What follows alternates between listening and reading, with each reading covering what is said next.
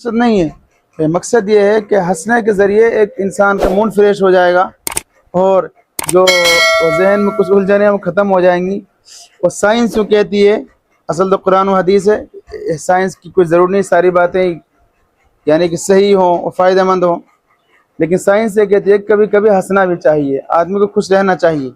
سمجھ میں آ رہی بات؟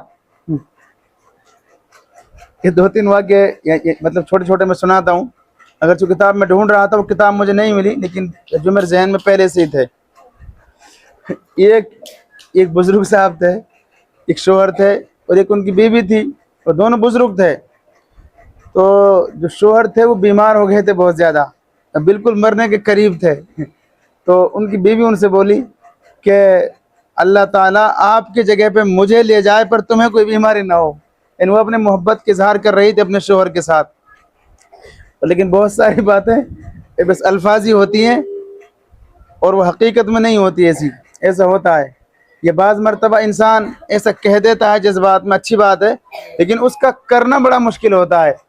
تو اس نے بات کہہ دی، تو یعنی مغرب کے بعد کا وقت تھا اور وہ یعنی صحن میں لیٹے ہوئے نہیں، یعنی بڑھیا صحن میں بیٹھی ہوئی تھی اور وہ جو ان کے شوہر تھے وہ اندر کمرے میں لیٹے ہوئے تھے، بیمار تھے بیچارے، دوا چل رہی تھی ان کی۔ تو ایک کالی گائے اور اس نے اپنے سر میں ایک کالی دیگچی کو پھنسا رکھا تھا، ہری سمجھ میں۔ تو اب جیسے وہ اندر داخل ہوئی تو اس بڑھیا نے سمجھا ملک الموت آ گئی، ملک الموت جان لینے آ گئی۔ تو اس نے کہا بڑھیا نے کہ میں نہ ہوں اندر ہے، ہری سمجھ میں۔ تو کہنا آسان ہے، اس کو یعنی نبھانا آسان نہیں ہوتا، ہری سمجھ میں۔ ایسے ایک استاد جی تھے، وہ اندھے تھے، استاد جی اندھے تھے، ان کے پاس کوئی بچے آتے تھے پڑھنے کے لیے، بہت سارے بچے۔ تو ایک بچے کی جو والدہ تھی، ان کی ماں تھی، وہ ذرا دیندار تھی اور سمجھدار تھی اور باشعور تھی، وہ جانتی تھی کہ استاد کا بہت بڑا حق ہے۔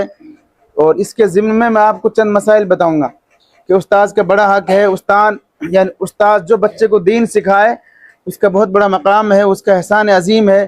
تو یہ سمجھ کر وہ عورت اس بچے کے ہاتھوں اپنے